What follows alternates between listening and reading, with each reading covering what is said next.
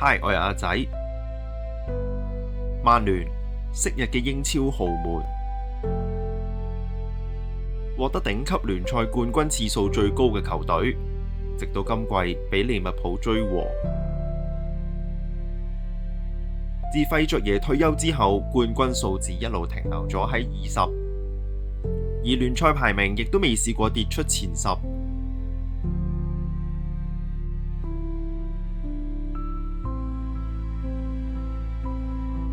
最差嘅已經係上季排第8。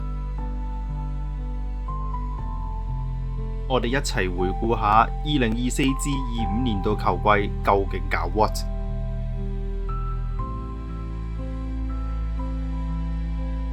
故事要翻返去24年5月一場足總杯決賽講起。呢季曼聯聯賽成績跌到落第8，係近20年嚟排名最低嘅一次。所以一路都有報道話，聽克將會喺呢個夏天被解僱，但係就係呢一場足總杯決賽改寫咗今季曼聯嘅命運。呢場決賽，曼聯以2-1擊敗曼城，攞到聽克喺曼聯第2個冠軍，亦都令到曼聯同佢續約去到2026年。上一個夏天，聽克依然大肆抗軍，以6200萬歐元由里爾簽入18歲法國後衛約羅。再用5000萬歐元喺 PSG 買到烏拉圭防守中場烏加特，以6000萬歐元打包拜仁雙星迪列特同馬沙拉維，以及以4250萬歐元喺博洛尼亞買入荷蘭前鋒舒克斯，淨支出都用咗超過2億歐元。開季嘅首場比賽係慈善盾1-1俾曼城逼和，最後12碼輸7-6。雖然球隊輸咗，但係對住曼城冇長時間處於下風，一度令人覺得曼聯今季有希望。曼聯英超第一輪主場對富咸，憑住後備入替嘅舒克斯一戰定江山，1-0擊敗富咸。以為開咗個靚頭，但其實只係噩夢嘅開始。跟住接連輸波，第3輪對陣利物浦嘅雙紅會更加大比數0-3落敗。去到聯賽杯32強，曼聯以7-0大勝英甲嘅球隊班士利，以為球隊開始回勇，但結果就陷入整整1個月冇贏波嘅低潮。當中班奴連續2場喺英超同歐霸杯賽事領紅，令到曼聯中場幾乎陷入癱瘓狀態，亦都令聽克面臨被解僱嘅壓力。曼聯喺英超嘅排名亦都跌到落去谷底，一路排喺第12位。直到10月中，曼聯主場2-1擊敗賓福特，先至喺聯賽度稍稍回血。歐霸杯方面，頭3場曼聯都只係能夠逼和對手，3戰得3分，排喺第21位。近8場嘅戰績係1勝5和2負，亦都令到聽克知道，如果嚟緊落嚟嗰場對韋斯咸贏唔到嘅話，好大機會佢就會下課。而10月中，曼聯亦都作出一個驚人嘅決定，就係宣布唔再同球會全球大使費爵爺續約，目的就係為咗慳錢。近呢幾年，曼聯啲球員一路都俾人話佢哋揀波踢，亦都有夾計逼宮，令到領隊下課。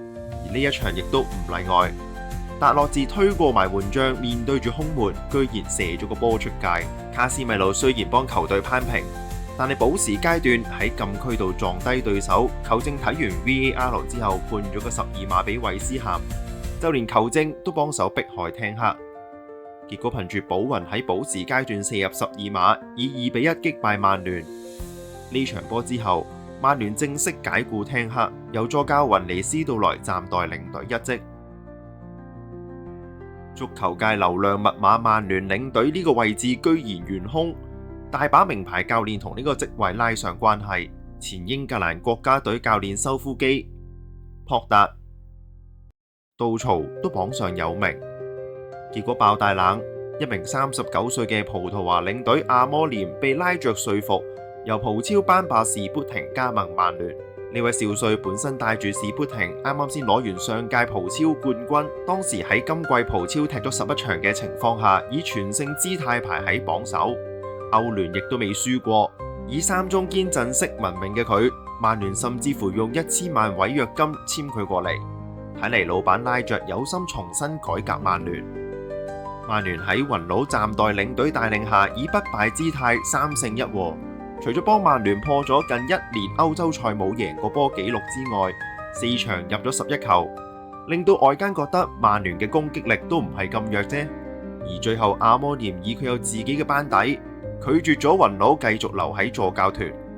而雲佬執教當中2次大勝利斯特城，亦都令到佢之後獲得利斯特城領隊呢個職位。球隊接二連三贏波，球隊仲抱有衝向前4嘅希望。阿摩廉首場執教曼聯嘅英超賽事，曼聯只係能夠1-1逼和葉士域治。始終要班大帝適應一個全新嘅戰術，唔係一個短時間可以做到嘅事。跟住連贏波道基林特同大勝愛華頓，令到外間覺得今次終於都唔一樣啦。但係阿摩廉接受傳媒訪問嘅時候話，暴風雨將會來臨。I have to say it again. The storm will come. 其實球隊有好多問題，只係而家未展現出嚟。點知呢個暴風雨就喺之後嗰場開始降臨曼聯。聯賽對住阿仙奴2-0輸波，當中2個失波全部都係輸喺角球上面。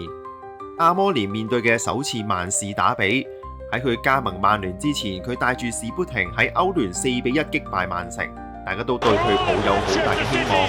結果曼城喺先開紀錄嘅情況下，喺完場前阿密連入2球，令到曼聯作客擊敗曼城，繼續幫阿摩廉省靚嘅招牌。但係將帥不和呢一個問題，亦都喺呢一場度表露咗出嚟。拉師傅同加拿祖喺呢一場咁重要嘅曼市打比，居然連大軍名單都入唔到，仲要唔係因為傷病。阿摩廉嘅解釋話，佢哋2個練習同比賽嘅態度未達標入選，令到拉師傅喺曼聯嘅時間正式進入倒數。今季反反复复嘅曼聯可以贏曼城，但亦都可以輸俾榜下游嘅球隊。喺聯賽杯8強，曼聯作客以4-3出局之後，接連喺3場英超冇入過波，連輸3場。隊長班奴喺對狼隊再次紅牌被逐，而新加盟嘅前鋒舒克斯喺對紐卡素場比賽開波30分鐘就被換落場，球迷喺佢被換出嘅時候報以噓聲。之前2名黃牌球員冇入選大軍名單之後，加拿祖憑住自己本身嘅努力，慢慢入選翻後備，再度有落場機會。而拉師傅除咗1次入選後備名單之外，其餘所有比賽都冇入選過一隊。而呢一刻，似乎曼聯球迷終於開始感受到球隊將會有護級嘅壓力。2025年嘅第1場比賽，曼聯挑戰榜首嘅利物浦。每當你睇低佢嘅時候，佢又會踢得好好地。2-2打和利物浦。足總杯打少一個人嘅情況下，以12碼淘汰埋阿仙奴。成個1月淨係輸咗1場聯賽俾白禮頓，其餘喺歐霸杯同英超佢哋都贏波而回。歐霸杯更加以不敗姿態排第3名，直入16強。由於球隊缺乏資金，同埋喺英超嘅財務公平競爭嘅規管下，並冇喺冬季轉會窗度投放大量資金，只係簽到一路以嚟缺乏嘅左翼衛多古，同埋喺阿仙奴度買入年青後防天堂哥。而其他踢唔上比賽嘅球員，包括安東尼、拉師傅，就被外借到西甲嘅貝迪斯同埋英超嘅維拉。唔通2025年之後，曼聯真係轉咗運？大家當然知道呢件事冇發生到，而且每逢有邊個曼聯球員叫做打得好啲之後，佢就會受傷。馬天尼斯重傷，阿密、迪列特、約羅、天堂哥、烏加特、美神蒙特、麥圭接二連三咁樣受傷，結果成個2月淨係贏過1場對利斯特城嘅足總杯，同埋2月尾贏過排尾二嘅葉士域治，排名一路徘徊喺14同15，護級壓力依然沉重。球員嘅傷病喺1周雙賽呢啲問題繼續影響住曼聯嘅戰績。喺足總杯16強，曼聯打到去12碼階段4-3輸俾富咸，宣布衛冕失敗。而歐霸杯16強2回合5-2大勝西甲嘅皇蘇，進入8強。舒克斯憑住佢自己喺球場上面嘅表現，再次贏得球迷嘅歡心。聯賽方面都打和過阿仙奴，作客贏到李斯特城。前鋒海倫亦都喺對利斯特城巡聯賽度入波，打破咗自己連續21場冇入波嘅尷尬紀錄。喺球隊戰績咁差嘅時候，班主 Sir 詹打算清拆奧脱福，推出一個新球場計劃，揾咗名設計師去設計呢一個可以容納10萬名球迷嘅新球場。贏利斯特城呢一場波開始，曼聯去到今時今日冇再喺聯賽度贏過波，門將失誤，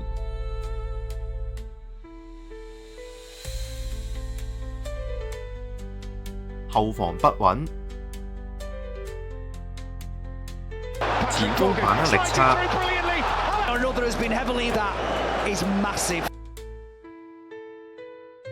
如果唔係榜尾嗰3隊差得咁緊要嘅話，曼聯今季喺護級之路可以話係非常之危乎。而喺歐霸杯8強賽事，曼聯首回合作客逼和里昂，返到主場之後，更加以一場史詩式嘅比賽，喺補時剩翻7分鐘，落後緊2-4嘅時候，反超里昂5-4晉級4強，亦都令到曼聯雖然喺聯賽踢得咁差，但仍然保持到下季有機會出戰歐洲賽嘅資格。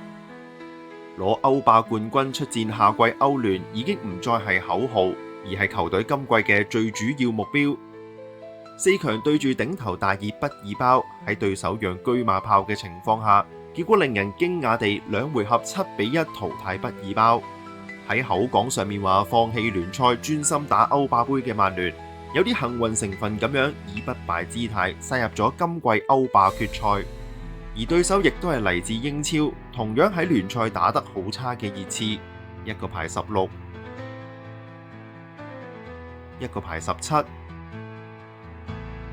呢場史上排名最低嘅決賽，將會有一隊成為今季嘅失敗者。